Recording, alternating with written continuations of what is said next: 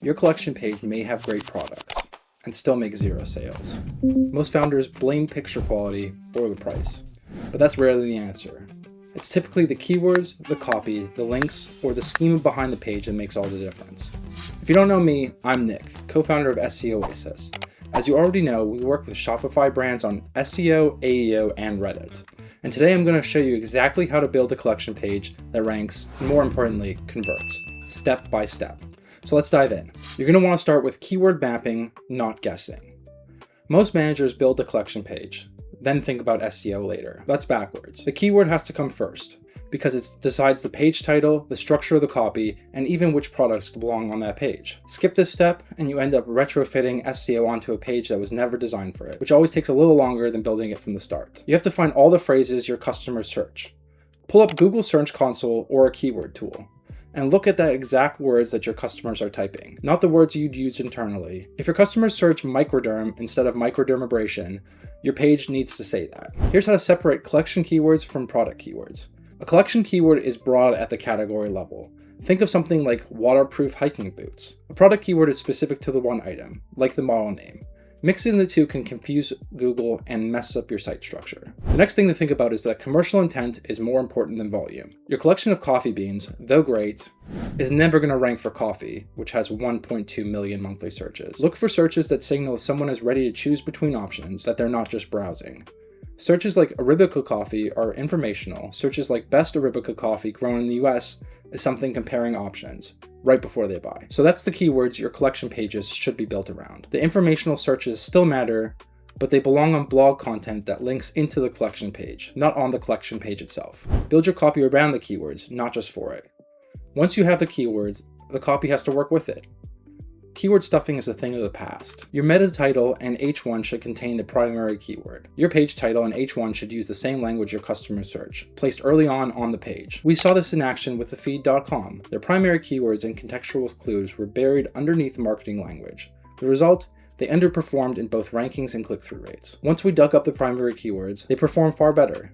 Next, you're going to add descriptive content above and below the grid. A collection page that's just a product grid gives Google nothing to read. Adding a short keyword-rich introduction above the products and a longer descriptive section below gives search engine context and gives customers reason to trust the page. This is exactly what we did for Dr. Brand, adding information sections above and below each product listing on every collection page. Next, keep the buyer's decision front and center. The copy isn't just for Google. It needs to help someone compare options and choose, so include the details that actually matter to a buyer at this stage, like fit, compatibility, or use case, not just generic brand language. If you're a Shopify founder or an e-commerce manager doing between 100,000 and 10 million a month, and your collection pages are still empty grids with no copy, there's revenue sitting on the table for you right now. And that's exactly what we fix at SEOasis. We rebuild collection pages with proper keyword strategy and copy structure that actually ranks and converts. We help Dr. Brand add $99,000 a month in incremental organic revenue in just 73 days, starting exactly with this type of page work. Check the link below if your store qualifies for an audit. Now back to the build. Next, we want to wire internal links into the page. A collection page can have perfect copy and still underperform if nothing points to it. So make it the destination. Every blog post and supporting page on your site should treat your collection pages as the destination. With Roof Nest, we made sure the first link in every blog post pointed directly to a bottom of the funnel page, like a collection page or a product page. Then we added several more strategic links throughout each post. Concentrate and amplify the links. Linking occasionally isn't enough. Roof Nest went from 473 links when we started to 998 internal links pointing at collection or product pages, more than doubling their link equity. This is what helped those pages climb the ranks and stay ranked. Don't forget to link sideways too. Beyond pointing blog content at your collection pages, link related collection pages to each other where it makes sense for the product. Roof Nest didn't stop at optimizing their collection pages either. They expanded from 12 to 35 collection pages, building out target pages for high intent, high volume keywords. Then link those keywords together so Google can see the full structure of the catalog. This reinforces topical relevance and helps search engines understand how your store is organized. The crawl bots won't just see one page in isolation. Next step is to add schema so Google understands the page. This is the step almost every e-commerce brand skips entirely, and it's one of the fastest ones available. So why implement collection schema? Collection schema lists out the products on the page along with the pricing and details, giving Google a clean, structured way to understand exactly what's going on, instead of having their bots guessing from the original layout. Fix fragmentation before adding more. When we audited Dr. Brandt's skincare, their schema was incorrectly implemented with disjointed pieces from various apps, and collection pages had no schema at all. Cleaning that up and consolidating it into one structure was a foundational step to their success. Next is the fun part, watching the ranking signals move. Schema implementation isn't a slow burn tactic. With RoofNest, the impact on ranking signals showed up almost immediately after rolling it out across collection, product, and blog content, because you're not asking Google to guess anymore.